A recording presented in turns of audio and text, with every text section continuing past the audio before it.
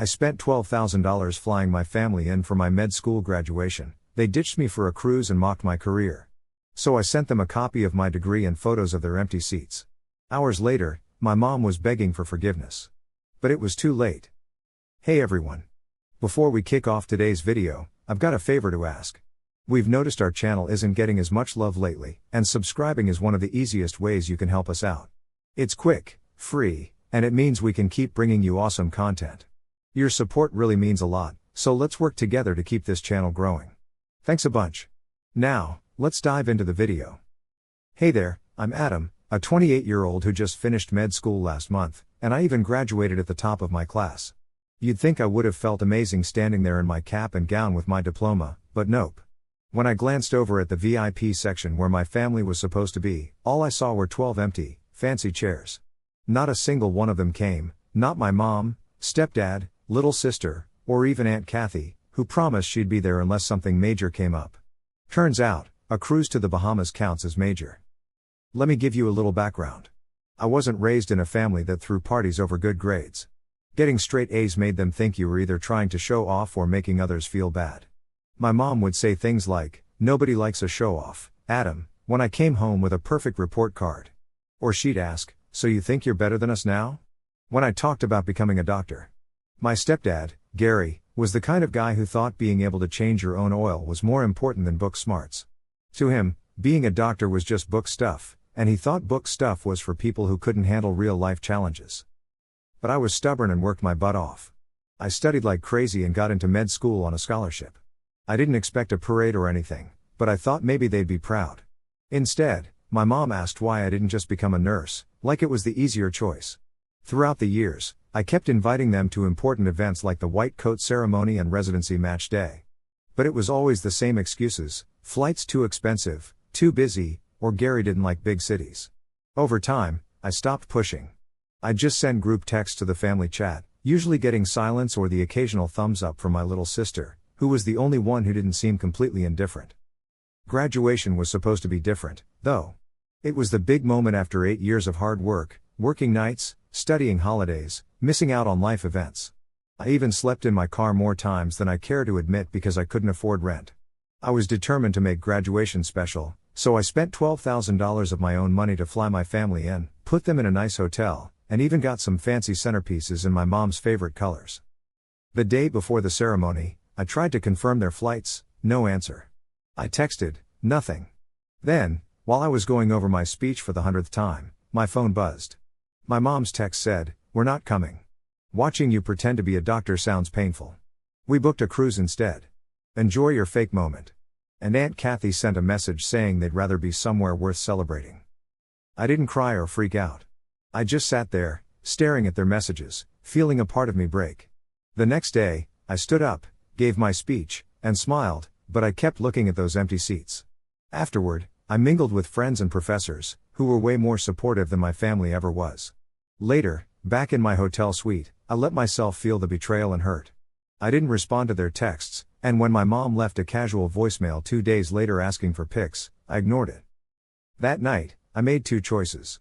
First, I decided to have the university print an extra ceremonial copy of my diploma. I bought a sleek. So, I had this black frame and I wrapped it up in some fancy gold paper, then sent it off to my mom's place. Inside was an 8x10 photo I printed, showing 12 empty chairs all lined up just right, under a banner that said "Reserved for the family of Dr. Adam." And there was another change I made, one they definitely wouldn't see coming, but hang on, I'll get there. About 3 hours after that package hit my mom's doorstep, my phone blew up. Calls, texts, voicemails, you name it. Gary sent me a text saying, "You're being dramatic, kid." My, unclear context, said it was beyond petty. But it was my mom's voicemail that made me stop. She was crying so hard, her words were all jumbled. She said, "Please, I didn't know it would hurt you like this. I thought you knew we were just joking. Please call me." I couldn't even get through the whole voicemail and stopped halfway when she said, "We didn't think it would matter that much," and that was all I needed to hear. So out of touch, so dismissive, it told me everything. They still didn't get it, they never did. I didn't call her back. I didn't text back. I just turned off my phone and sat at my kitchen table, flipping through that photo I snapped right before the ceremony. 12 empty chairs in a row, with their names taped to the back like some kind of twisted joke. So, then I opened my laptop and logged into my bank account to start making some changes. The reason I could fly them first class wasn't just me being generous. I had a bit of an inheritance from my grandma who passed away when I was in my second year of med school. She wasn't rich, but she left me $60,000 in a joint account she added my name to when I turned 18. She always said, "Don't waste this on bills or nonsense. Use it when the time is right to do something that matters." Over the past couple of years, I'd only dipped into it a little. Some of it went to cover rent during my first hospital rotation, another chunk went to flight costs for interviews. But the bulk of it, I was saving. I had this dream of starting a small clinic in areas that needed it most, maybe doing rotating weeks in lower income neighborhoods. It wasn't much yet, but it was the start. What my family didn't know was that, initially, my grandma intended to split this money 3 ways between me, my mom, and my aunt. But a year before she passed, after seeing how my mom treated me once during a holiday visit, she changed it. Quietly, no fuss. She just rewrote it, took out their names, and left it all to me. "You're the only one I trust to do something good with it," she said. "They'll just waste it." Now, here's the kicker, since the account was initially set up jointly with my mom when I was a teenager, she wrongly assumed she still had access. In fact, she'd been telling people for months that once I became a doctor, they'd finally redo the kitchen. I didn't think much of it until my cousin mentioned that my mom and Gary had scheduled a contractor for the same week as my graduation. That contractor never showed. Why not? Because after my graduation, I transferred every cent from that account to a new one, in my name only. I closed the old account for good, and even donated some of what was left to a clinic I hope to one day join, along with a note and a photo from my graduation. If my family couldn't celebrate my success, at least I could use the fallout to help someone who needed it. The phone started blowing up again, but this time with anger, not sadness. Gary was the first to call, yelling about how it was my mom's account, that she had her name on it since I was a kid, and that money was supposed to be for the family. I didn't even bat an eye. "You're right," I said. "It was meant for the family. But I guess you thought a cruise was more important." Click. Then Aunt Kathy left a voicemail, her voice all shrill with disbelief, saying, "Do you have any idea what you've done? Your mother is beside herself. They kept saying, 'We didn't think. We didn't think.'" Yeah, exactly. They didn't think about what it meant for me to be alone at such a big moment, or about the thousands I spent trying to make it special for them, only for them to treat it like a joke. They didn't think about the years I worked to earn it or the pride I should have felt or the little boy in me who. You know, sometimes all you really want is for someone to say, "Hey, we're really proud of you." But instead, I was greeted with silence, then some mockery, and eventually a whole lot of disappointment mixed with entitlement. So, honestly, I didn't feel bad about shutting the door on them. I had zero regrets about mailing that diploma and a photo of where they should have been sitting.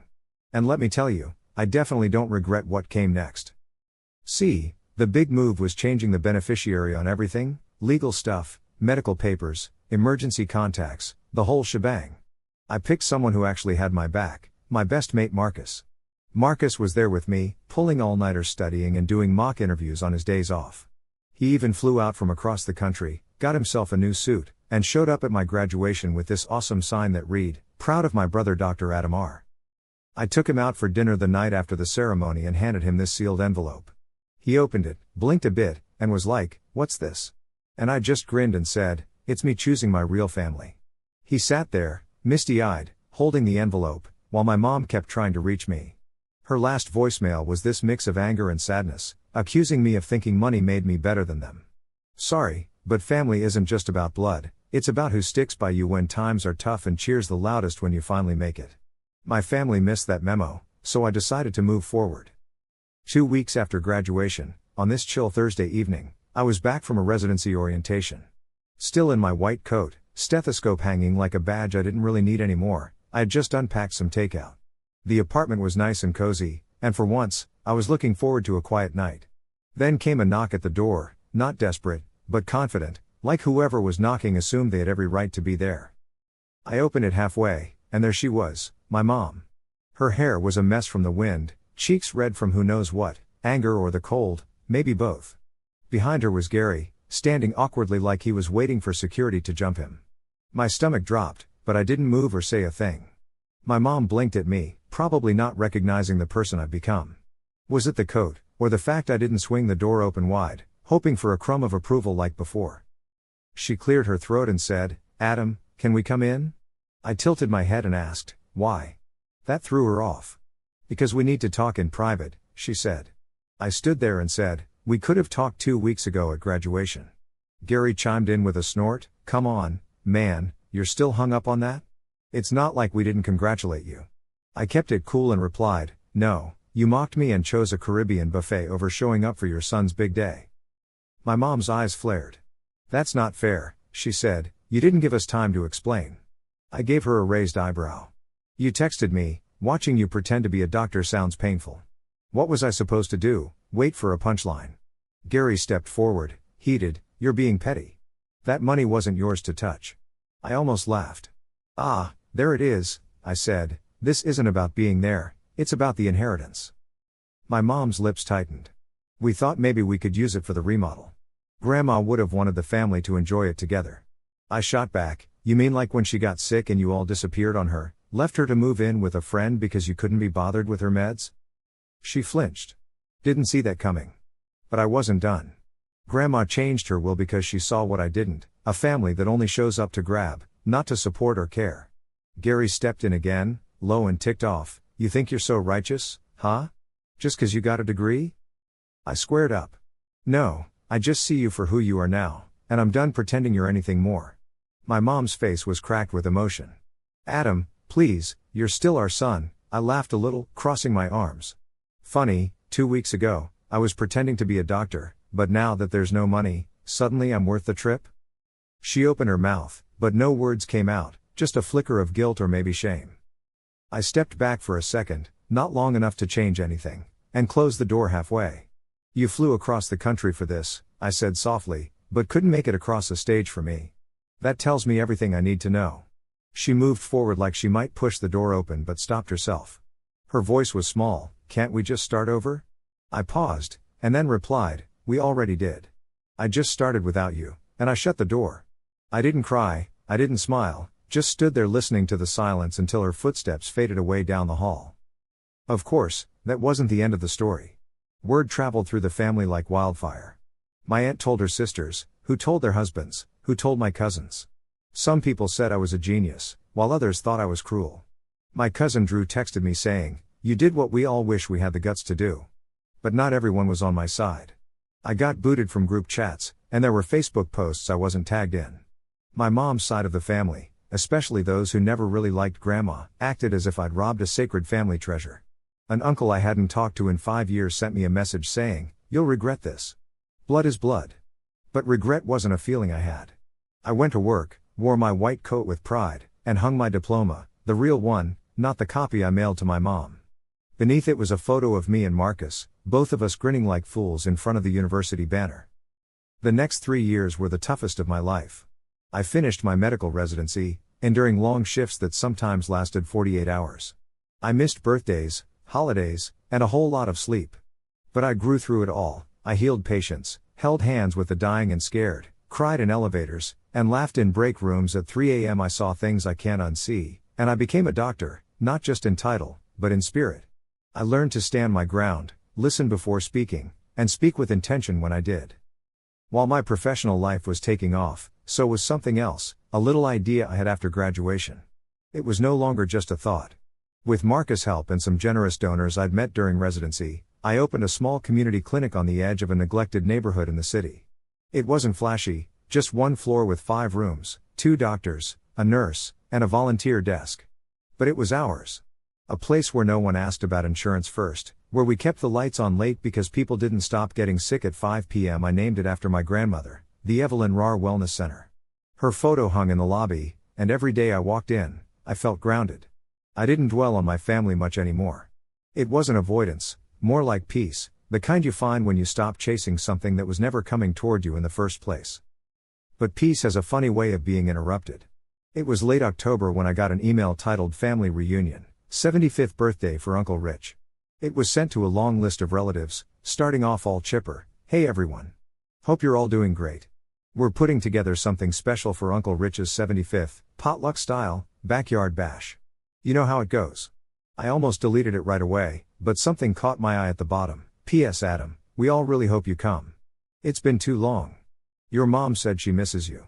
It wasn't signed by my mom, but by my cousin Olivia, the family peacemaker. I didn't reply. 2 days later, a handwritten letter showed up at the clinic, no return address, in a familiar, neat cursive. Adam, I know I'm the last person you want to hear from, and maybe I don't deserve to ask for anything. But if you can find it in your heart to come, I'd be grateful. Not to talk about the past, not to argue, just to see you. Just to see my son again. I've changed, I swear I have. I know it's late, but I'm still your mother. Love, Mom. She'd underlined love twice. I stared at that word for a long time, then folded the letter, slipped it back into its envelope, and tucked it in a drawer that I hadn't opened in over a year, the same drawer where I kept a photo of empty chairs from graduation. I didn't look at the photo, I just closed the drawer. And then I went. I don't fully know why, maybe it was curiosity, or the need to finally close a door properly. Not to slam it, not to lock it, just to close it. The reunion was at a rented hall filled with balloons, cheap catering, and plastic tablecloths. Classic family style. The parking lot was packed when I arrived. I stepped out of my car in a crisp button-up shirt and slacks, feeling the cool fall air.